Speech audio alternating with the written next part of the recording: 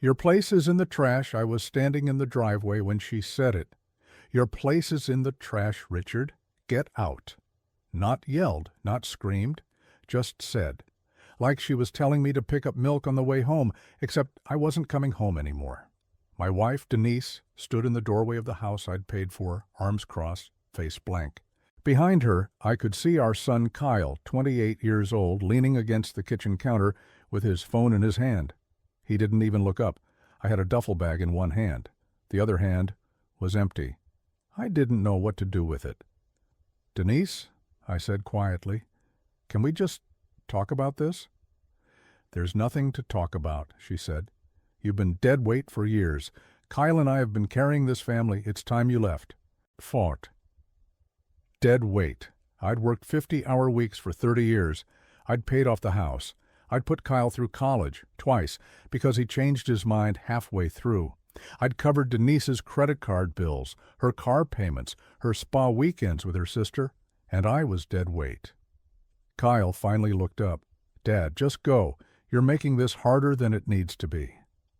I looked at him, my son. The kid I used to take fishing every Saturday morning before he decided he was too old for that kind of thing. He wasn't angry. He wasn't sad. He just wanted me gone. I got in my truck and drove to a motel on the edge of town, the kind with a flickering sign and a vending machine that only took exact change. I sat on the bed and stared at the wall for an hour. Then I called my brother. "Tom," I said, "I need a place to stay for a while." "What happened?" "Denise kicked me out."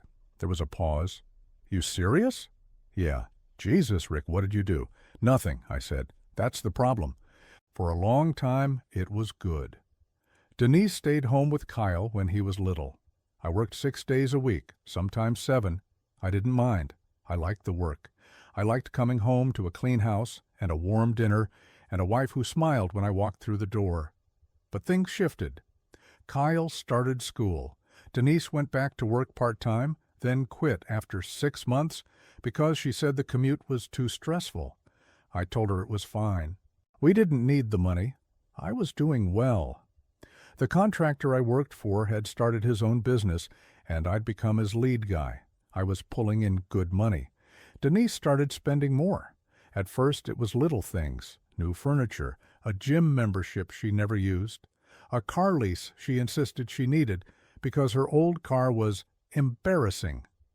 I didn't argue. I wanted her to be happy. Kyle turned into a teenager and stopped talking to me. That's normal, I told myself. Teenagers do that. But it didn't stop when he turned 20, or 25.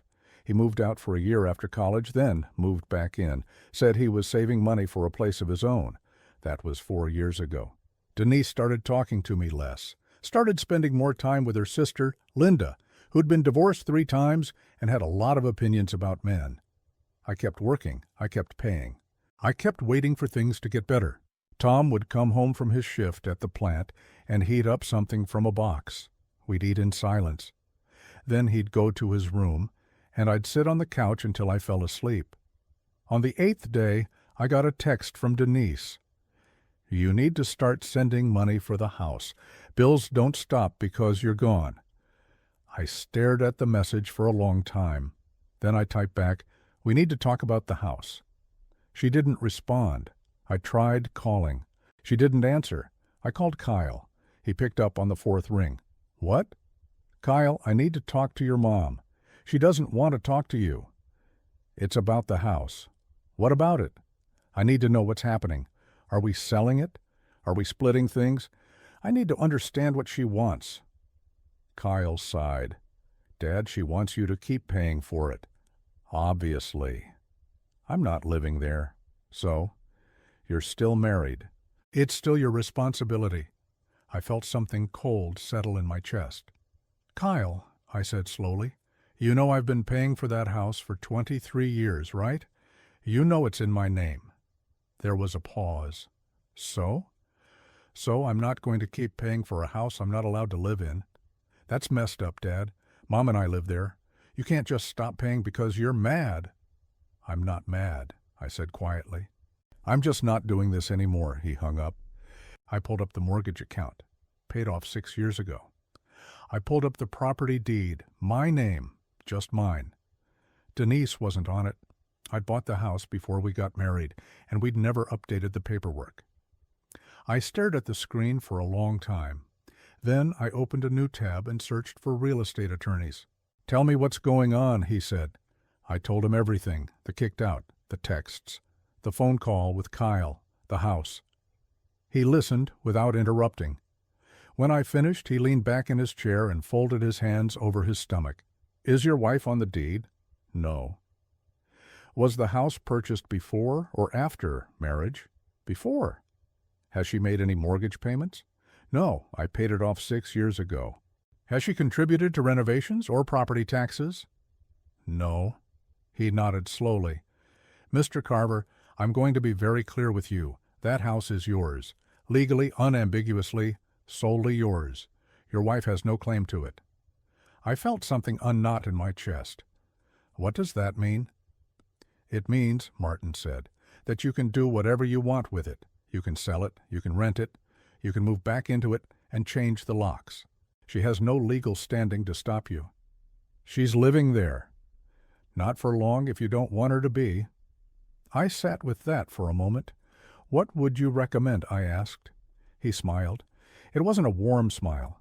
It was the smile of a man who'd seen this exact situation 100 times. "Sell it," he said. "Sell it fast, before she has time to file any paperwork or claim marital interest. Get it off the market and into closing before she knows what's happening." "Can I do that?" "You're the sole owner. You can do whatever you want." I thought about Denise's face in the doorway, the way she'd said it. "Your place is in the trash." "How fast can I sell it?" I asked. Martin picked up his phone. "I know a guy who buys properties cash. He can close in a week if the price is right." He sounded young, energetic, like he did this kind of thing every day. "I can come look at it tomorrow," he said. "If the house is in decent shape and the price is fair, I'll make you an offer on the spot." "It's in good shape," I said. "I've kept it up." "Great. What are you asking?" I told him. It was below market value, but not by much. I didn't care about squeezing every dollar out of it. I just wanted it done. "That works for me," Greg said. "I'll see you tomorrow at 10. Then opened again. "You can't sell this house?" "Yes, I can," I said. "It's mine." "We live here." "I know." Kyle appeared behind her. "Dad, what the hell?" "I'm selling the house," I said. "You have 30 days to move out. Martin will send you the formal notice." Denise's face turned red. "You can't do this. This is my home." "It's my house," I said quietly. "You told me to leave, so I'm leaving. I'm just taking my house with me." "This is insane," Kyle said. "Where are we supposed to go?" "I don't know," I said. "But you'll figure it out. You're adults." Greg walked past them into the house. Martin followed. I stood on the porch and looked at Denise. She was shaking, not crying, just shaking. "You're doing this to hurt me," she said. "No," I said. "I'm doing this because you told me I belong in the trash, so I'm taking out the trash. Starting with my name on your expenses." I turned and walked back to my truck. Linda, Denise's sister, left me a voicemail calling me every name in the book. I deleted it without listening to the whole thing. I didn't care. For the first time in years, I felt calm. I didn't need to. Martin told me they'd taken everything: furniture, appliances, even the copper piping from the basement. Greg didn't care. He was gutting the place anyway. Denise tried one more time to reach me. She sent an email. Subject line: "We need to talk." I opened it. It was long. Paragraphs of anger, hurt, accusations. She said I was cruel. She said I was punishing her for nothing. She said Kyle was devastated.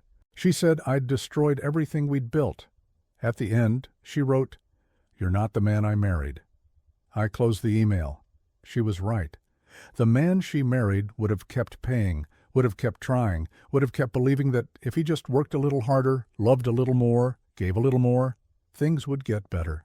That man was gone. 2 bedrooms, big backyard, quiet street. I paid cash. I started doing side jobs again, building cabinets, fixing decks. I didn't need the money. I just liked the work.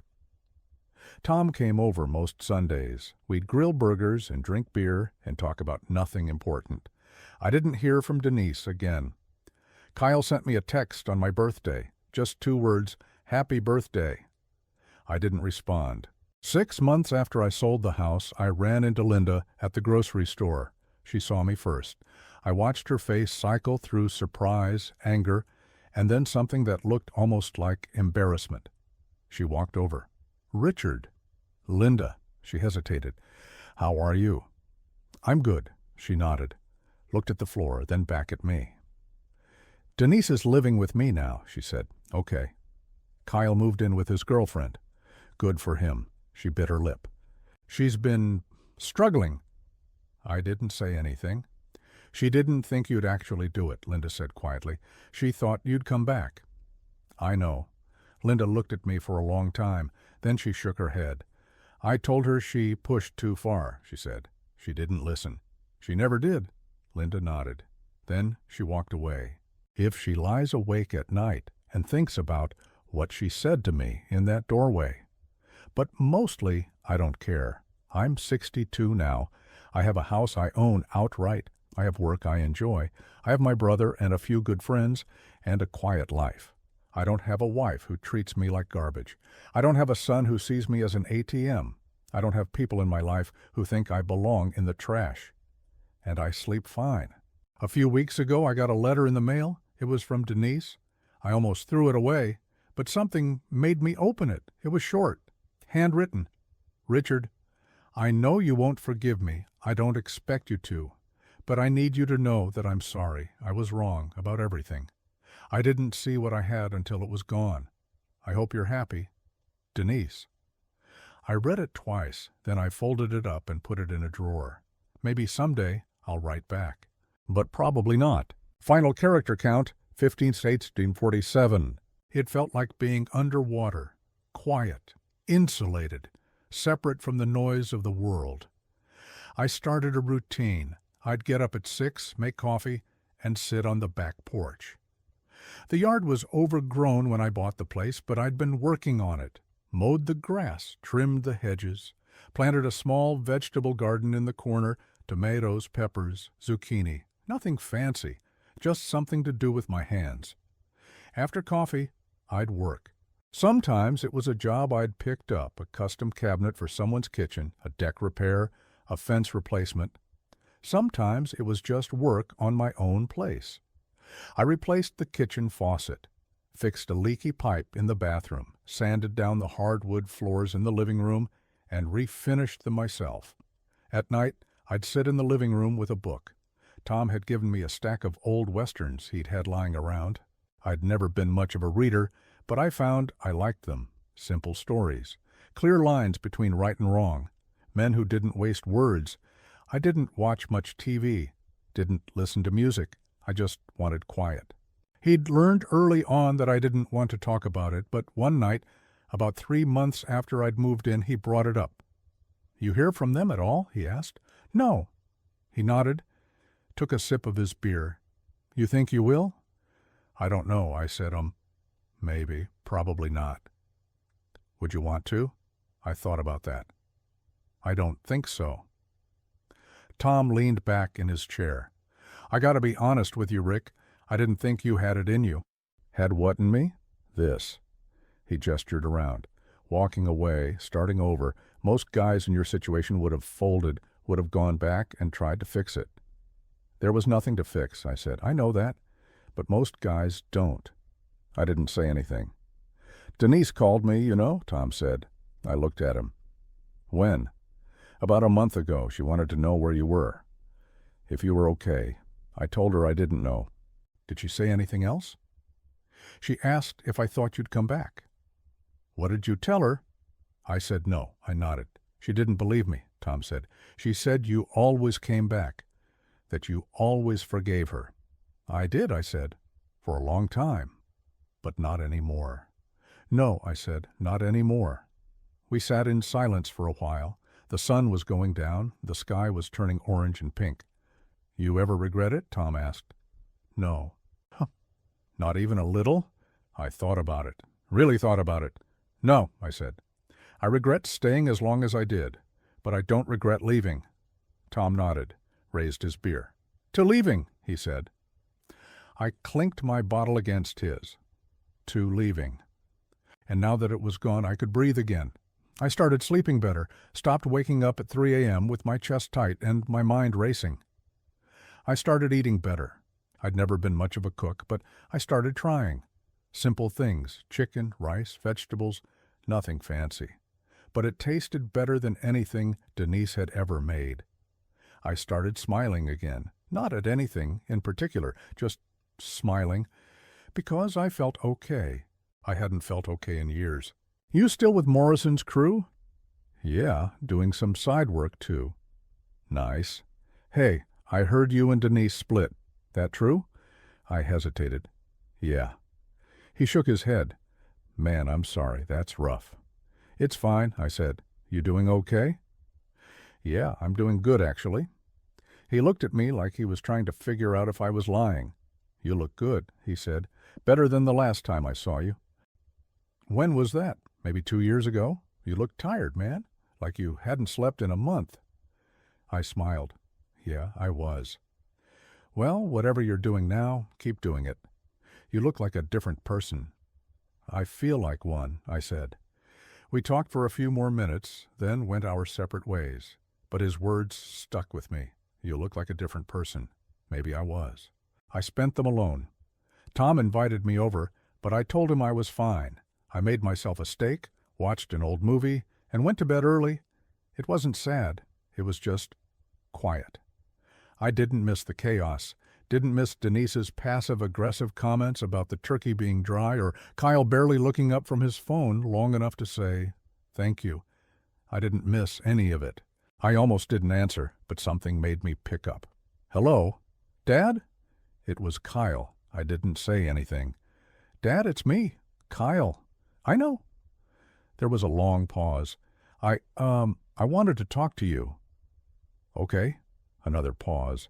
Are you doing okay? I'm fine. Good. That's good. Silence. Listen, Kyle said.